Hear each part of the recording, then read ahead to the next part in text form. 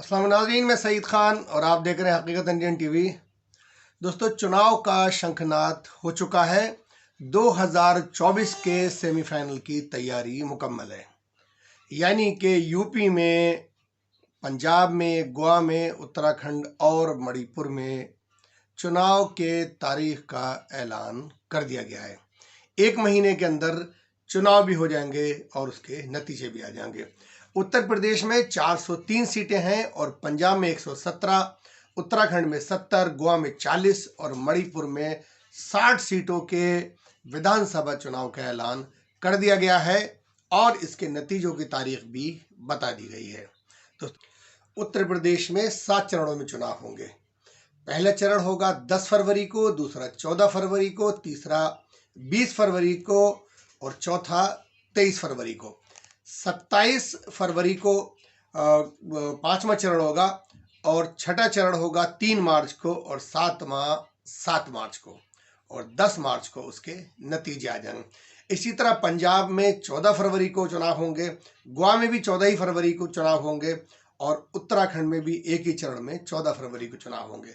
लेकिन मणिपुर में 27 फरवरी और 3 मार्च को चुनाव होंगे और इन सब के नतीजे 10 मार्च को आएंगे। ये बात करते हैं चुनाव लड़ने के लिए किन किन गाइडलाइन को लागू किया गया है। सबसे पहले तो एक एप्लीकेशन इस पोर्टल पे है।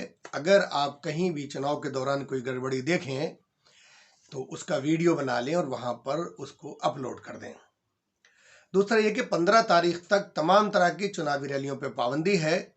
आप वर्चुअल रैली कर सकते हैं या डोर टू डोर कैंपेन करेंगे, यानी कि नेताजी अब लोगों के दरवाजे जाएंगे।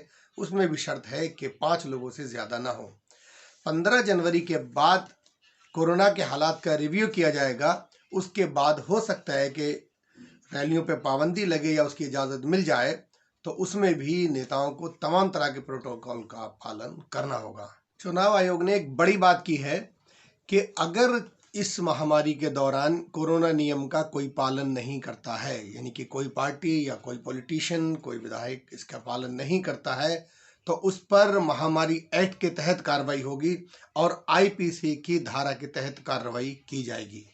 2 नई चीजें सिलेक्शन में निकल के आई हैं। जो लोग कोरोना संक्रमित हैं, यानी कि जिन लोगों का कोरोना हो गया है, वो लोग वोट कैसे डालेंगे, तो उनके लिए पोस्टल बैलेट की सुविधा इस बार दी जा रही है, यानी कि पोस्टल बैलेट के थ्रू वो चुनाव कर सकेंगे, इलेक्शन में वोट डाल सकेंगे।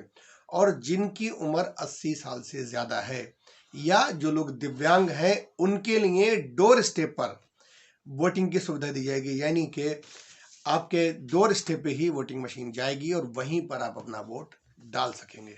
अगर वोटरों को दिखता है कि इस बूथ पर कहीं धांधली हो रही है, तो सी विजिल नाम से एक ऐप सरकार दे रही है। आप इस ऐप के जरिए अपनी शिकायत कर सकते हैं। चुनाव आयोग इसके खिलाफ तुरंत एक्शन लेगा। ये जानकारी मैं आपको डिस्प्ले में भी दे दूंगा। इस वीडियो में इतना ही। बहुत बहुत शुक्रिया।